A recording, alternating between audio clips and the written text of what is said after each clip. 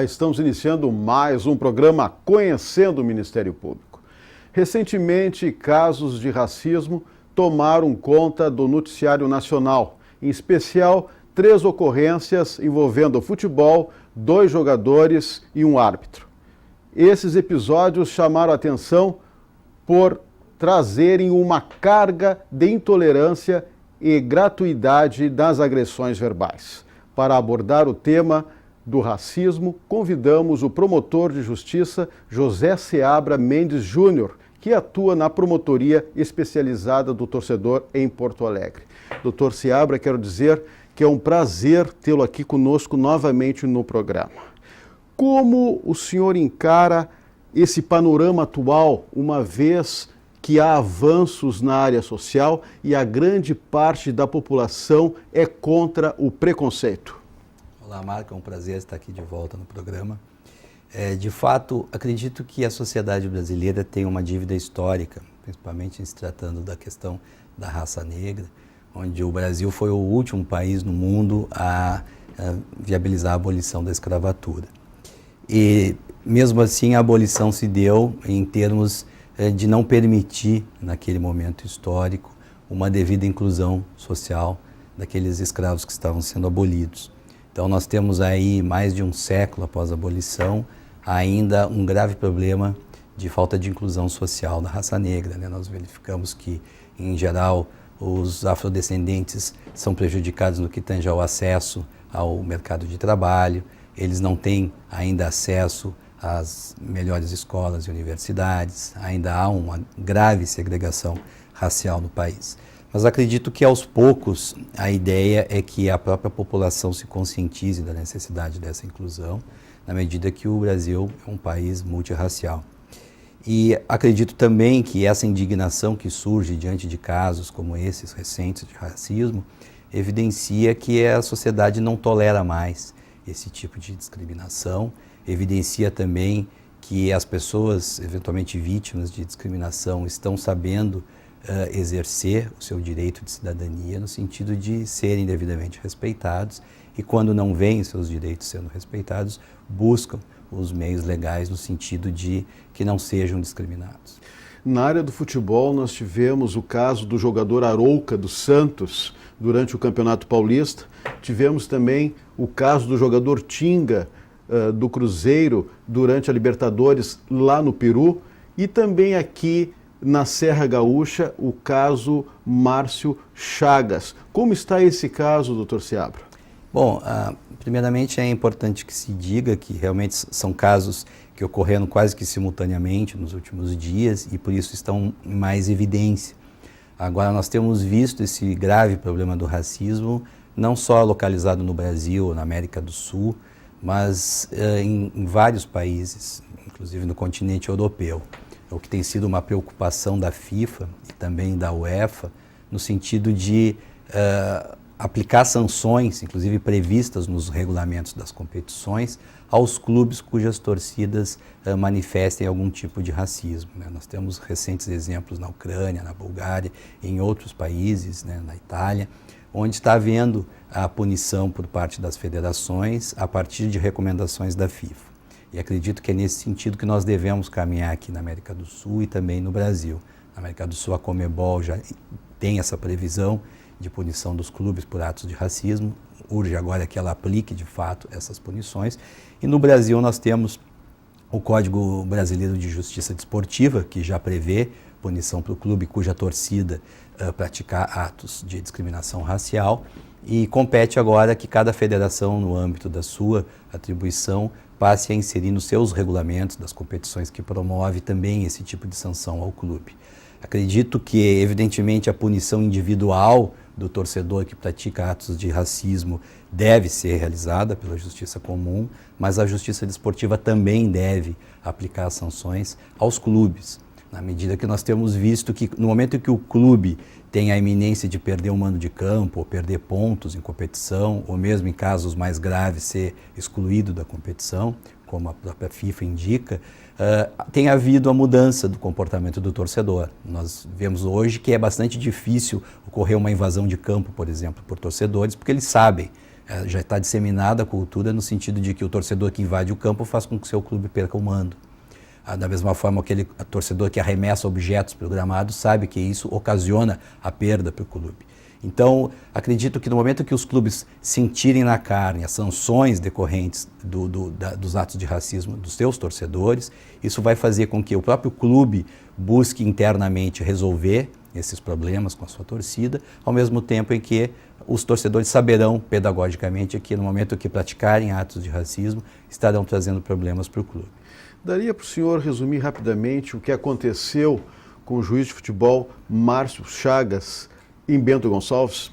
Bom, de acordo com relatos do próprio árbitro, de quem esteve lá no jogo, foi a partida esportiva em Veranópolis, uma partida que transcorreu sem maiores anormalidades no que tange à arbitragem. Isso é até importante que se diga, não que fosse justificar qualquer ato de racismo de parte da torcida se ele tivesse tido uma má arbitragem, mas apenas para reforçar o argumento no sentido de que os atos foram totalmente gratuitos, na medida em que a arbitragem foi normal, o esportivo venceu a partida e ainda assim, de acordo com relatos do árbitro e também dos demais bandeirinhas e o pessoal que trabalhou no jogo, inclusive policiais militares, o que houve foi, desde o início da partida, desde a entrada do trio de arbitragem em campo, já a manifestação por um grupo, um segmento de torcedores, chamando ele de negro imundo, de macaco, entre outras coisas, fazendo uma clara alusão à cor da pele. E essas agressões verbais teriam ocorrido na entrada do trio em campo, depois na saída do trio de arbitragem durante o intervalo da partida, no retorno para o segundo tempo e ao final da partida. E após encerrado o jogo, o trio de arbitragem, no momento em que se deslocava o veículo do árbitro Márcio, que estava num pátio interno do estádio, sem acesso a torcedores, um espaço exclusivo para os veículos do trio de arbitragem, foram verificar que o veículo do árbitro estava bastante amassado, bastante danificado na lataria e que tinha bananas colocadas em cima do veículo e também no cano de escapamento do veículo, que inclusive fez com que o carro não pegasse no início. Quando ele tentou dar a partida, o carro não estava funcionando e aí ele foi ver que tinham bananas que tinham sido colocadas no cano de descarga. E qual a sua expectativa quanto à punição dos responsáveis, já que o Ministério Público de Bento Gonçalves pediu à polícia a abertura de um inquérito policial e também instaurou um inquérito civil público para apurar essa questão na área civil? Bom, eu acompanhei no momento que o árbitro Márcio Chagas nos procurou no Ministério Público. Eu recebi ali, juntamente com o Procurador-Geral em Exercício, Dr. Ivori, com o Subprocurador-Geral Institucional, Dr. Marcelo Dornelles, e também com o nosso coordenador do Centro de Apoio dos Direitos Humanos, Dr. Miguel Velasquez. Ali tivemos a oportunidade de manifestar o nosso apoio, inclusive a coragem do árbitro, de manifestar de público a discriminação que sofreu, sabendo que, obviamente, ele sofreria pressões, mas, enfim, nós destacamos ali a coragem que ele teve, ao mesmo tempo que colocamos o Ministério Público à disposição para as medidas que fossem cabíveis. Como a partida transcorreu em Bento Gonçalves, evidentemente, a atribuição para responsabilização dos infratores e também para buscar um termo de ajustamento de conduta, enfim, algum tipo de solução negociada com o clube, isso tudo ocorreu em Bento Gonçalves. Então, os colegas da área criminal requisitaram a instauração de inquérito policial, que está sendo acompanhado por eles, da mesma forma que a promotoria, no âmbito civil, instaurou um inquérito civil para apurar como é que tem se dado a conduta da torcida e também o procedimento do clube esportivo. Na medida em que houve uma informação de que o clube teria negado os atos de racismo no primeiro momento, teria inclusive procurado a autoridade policial no sentido de registrar a ocorrência contra o árbitro, e depois houve uma retratação de parte do clube, por parte do seu presidente, de fato aceitando que aquilo teria ocorrido, pediu desculpas de público ao árbitro, mas enfim, os colegas na área civil com certeza irão procurar o clube no sentido de tentar formalizar um termo de ajustamento de conduta, tentar estabelecer um plano de ação de parte do clube para modificar essa questão do comportamento da torcida, que me parece que não foi uma coisa pontual, há registros que isso na região da Serra, e em Bento Gonçalves já teria ocorrido outras vezes. Então, a ideia no procedimento adotado pelos promotores de Bento Gonçalves é no sentido de viabilizar um plano de ação da parte do clube.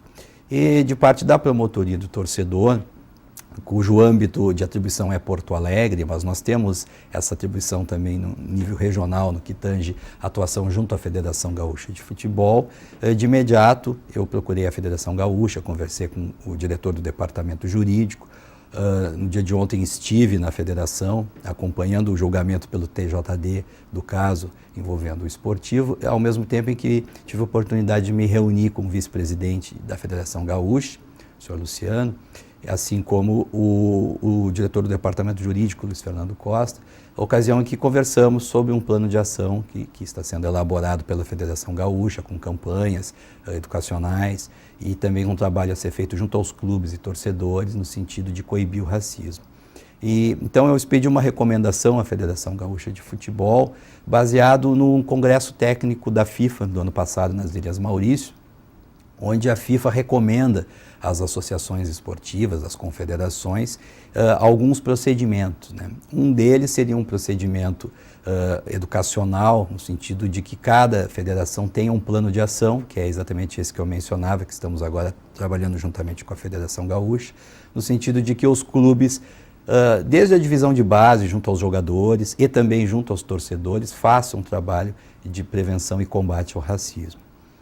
Com campanhas educacionais e também, inclusive, com inserção nos seus estatutos de dispositivos que viabilizem a exclusão do torcedor associado que venha praticar atos de racismo e procedimentos dessa natureza. A outra recomendação feita pela Promotoria do Torcedor da Federação Gaúcha foi no sentido de que, em cada jogo das competições oficiais organizadas pela entidade, que haja um funcionário indicado pela Federação Gaúcha para fazer o controle de eventuais atos de racismo. Porque nós sabemos que o árbitro está ali preocupado com as 4 linhas, com o que está acontecendo dentro do campo e muitas vezes não tem condição de captar todo esse ambiente do estádio. Então teria um funcionário da federação encarregado, não há necessidade de ser exclusivamente para essa função, mas que tenha um funcionário encarregado de detectar atos de racismo e, inclusive, se possível, documentá-los com fotografias, quando houver caso de faixas agressivas, com filmagens, quando houver manifestações verbais nesse sentido, enfim, de trazer elementos para depois poderem ser utilizados não só na justiça comum, mas também na justiça desportiva. Falar em justiça, nós já tivemos ontem, no TJD da Federação Gaúcha de Futebol, um julgamento do esportivo. Exatamente, o julgamento feito no TJD teve como base o Código Brasileiro de Justiça Desportiva, que prevê as possibilidades de sancionar o clube nos casos de atos de racismo. O Ministério Público, pela Promotoria do Torcedor, ao expedir uma recomendação à Federação Gaúcha, pediu que ela venha inserir expressamente no regulamento de cada competição as sanções que o clube poderá sofrer no caso de racismo, que vão desde uma advertência ou multa para situações mais leves até a perda de mando de campo, perda de pontos, exclusão do campeonato e inclusive rebaixamento. Todas essas sanções também indicadas pela FIFA no seu congresso técnico. No julgamento de ontem, o TJD analisou a situação sob o prisma do Código Brasileiro de Justiça Desportiva. Então foram colhidos depoimentos, foi feita a produção de provas e ao final os auditores optaram por condenar o esportivo à perda de 5 mandos de campo e a uma multa de R$30 mil. Houve um dissenso entre os auditores com relação à questão de ter sido um número considerável ou não de torcedores que teria praticado o ato de racismo, e isso foi determinante para não haver uma sanção mais grave, na medida em que o Código Brasileiro de Justiça Desportiva determina a sanção do clube pelas formas mais graves de punição, no caso, perda de pontos, por exemplo, naqueles casos em que o ato de racismo foi praticado por um número considerável de torcedores. Então é uma interpretação subjetiva, os auditores entendendo que não houve um número considerável de torcedores, que não foi a maioria dos torcedores que estavam em campo, e por isso optaram por sanções mais brandas. Agora, nessa questão do racismo, o senhor acredita que existe uma certa dificuldade das vítimas em fazer a queixa e também no aspecto da aplicabilidade da lei, da legislação? Com certeza, né? Até para os próprios operadores do direito existem algumas dúvidas em relação ao tipo penal que ocorre em determinadas situações, e as vítimas muitas vezes também acabam não tendo aquela determinação suficiente, preferem deixar para lá, muitas vezes são pessoas menos esclarecidas, né? Nós temos hoje pelo menos 2 possibilidades em termos de xingamentos relativos à cor da pele, que seria a injúria racial e seria o próprio crime de racismo do artigo 20 da lei específica, né? A injúria racial é aqueles casos em que há uma intenção de ofender a dignidade ou o decoro da pessoa, fazendo uma alusão expressa à pele. Então, nesses casos, quando há, em geral, há uma referência à cor da pele e logo um adjetivo também para ofender a pessoa. Nesses casos é uma ofensa diretamente à honra, eles se procedem mediante representação do ofendido ao Ministério Público para que possa ser tomadas as devidas providências. No caso do racismo, quando ele é endereçado indistintamente a todas as pessoas de determinada raça, aí é o crime do artigo 20, ele independe de representação de qualquer ofendido, até porque não há um ofendido diretamente, é toda a raça negra, por exemplo, nesse caso. Aí é o crime de racismo do artigo 20, ele é de ação penal pública incondicionada e o Ministério Público pode agir de imediato. Claro. Agora, uma pesquisa do IPEA revela que a cada 3 homicídios no Brasil, 2 são de negros. O que o senhor acha? Isso tem muito a ver com aquilo que eu afirmava no início, né, de que nós tratamos muito mal a questão desde a abolição da escravatura no sentido da inclusão social dos negros. Então, há com certeza uma estigmatização dos negros. Se nós formos ver qualquer estabelecimento carcerário, eles serão a maioria, independentemente da região, mesmo em casos onde, aqui na região sul, por exemplo, locais onde a raça negra não é a maioria, mesmo assim, no estabelecimento carcerário eles serão com certeza a maioria, porque são mais estigmatizados, evidentemente, e porque também são mais excluídos. Muitos acabam procurando a criminalidade justamente por não terem conseguido a inclusão social.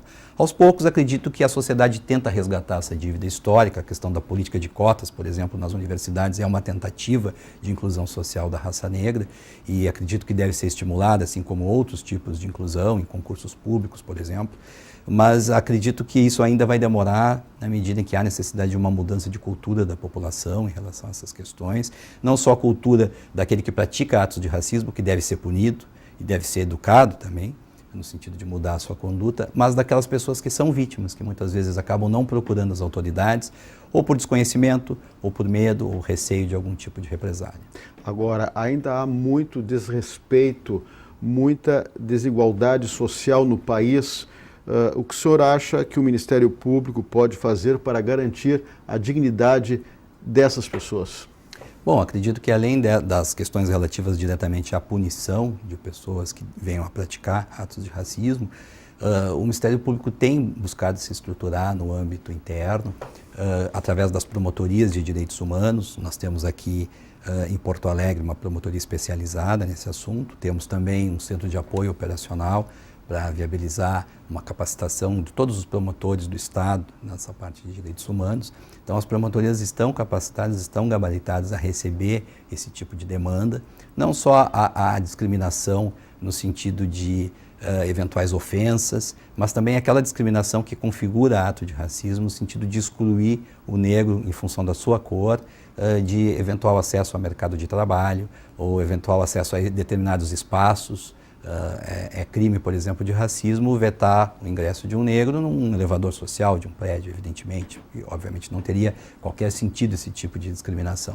Então, todo tipo de exclusão que é previsto pela lei como racismo, evidentemente que ele pode ser levado ao Ministério Público, não só para punição no âmbito criminal, mas para adoção de medidas na esfera civil também. Inclusive para aconselhamento e encaminhamento da pessoa ofendida, um encaminhamento jurídico para que ela possa depois buscar o resgate dos seus direitos individuais que foram eventualmente lesados, não só no âmbito do dano material, como também do dano moral. O senhor entende que a Copa do Mundo no Brasil poderá ajudar o país a combater a discriminação racial?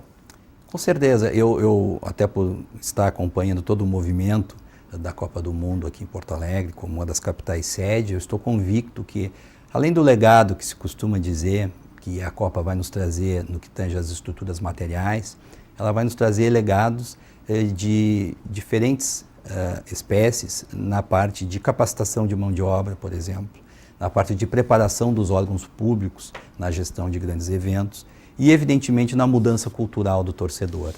Então nós vamos, mesmo aquele que não vai acorrer ao estádio, nós vamos ter mudanças no comportamento do torcedor, no que tange ao estádio, não ter separação de torcidas, por exemplo. Isso tudo pode nos trazer um avanço no futuro, no sentido de ver que é possível torcidas sentarem misturadas no estádio sem que precisem necessariamente se digladiar.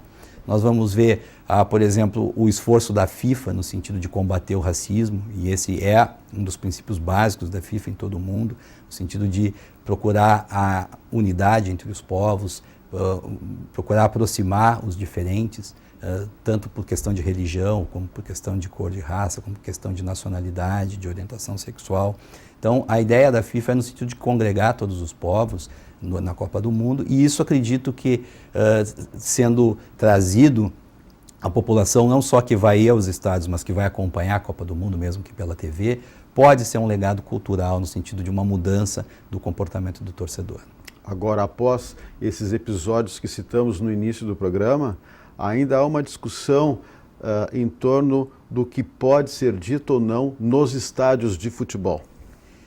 Lamentavelmente, a gente tem esse histórico, aí não é localizado aqui em Porto Alegre ou no Rio Grande do Sul, mas em todo o país, dos cânticos, que em geral tem cunho homofóbico ou um cunho de discriminação racial, e isso em todas as torcidas, né? Muitos cânticos chegam a se repetir, só muda ali o nome do time que está sendo atingido para mudar o nome do desafeto esportivo.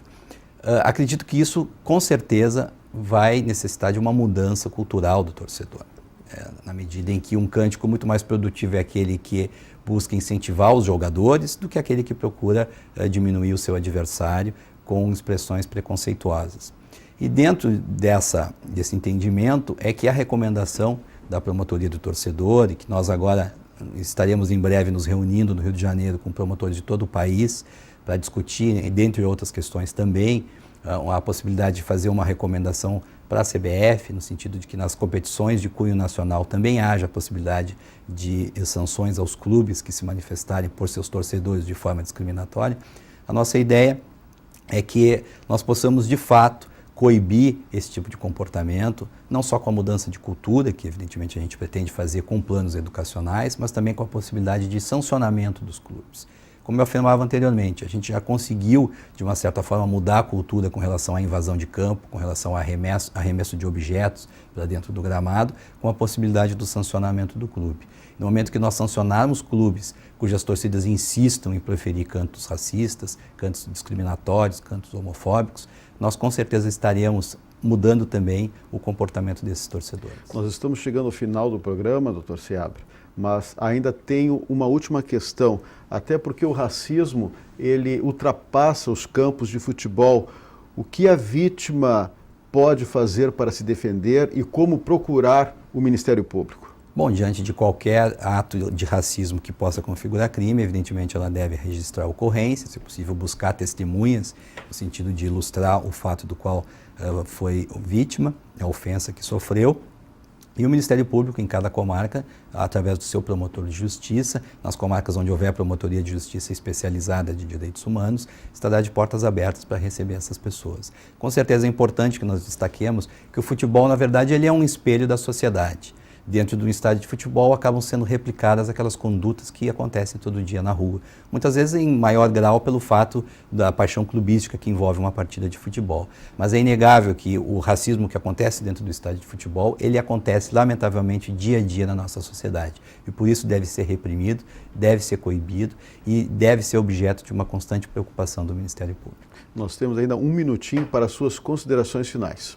Bom, agradeço uma vez mais a possibilidade de estar aqui em contato com o público, nesse programa que é tão prestigiado.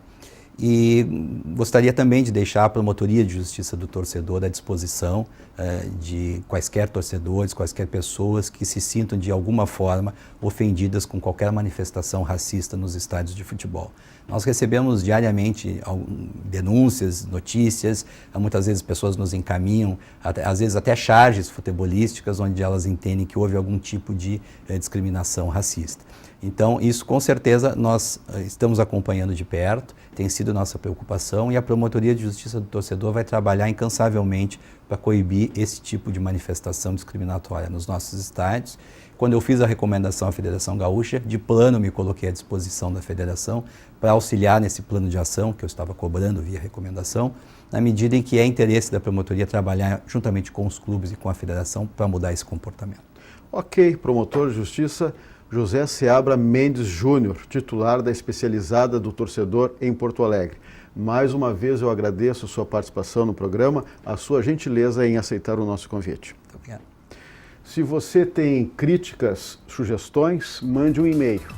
Mande um e-mail para conhecendomp@mp.rs.gov.br. Lembramos também que esse quadro poderá ser revisto em nosso canal no youtube.com/conhecendo-mp. Na próxima semana voltaremos com mais um assunto de interesse da sociedade no programa Conhecendo o Ministério Público. Até lá!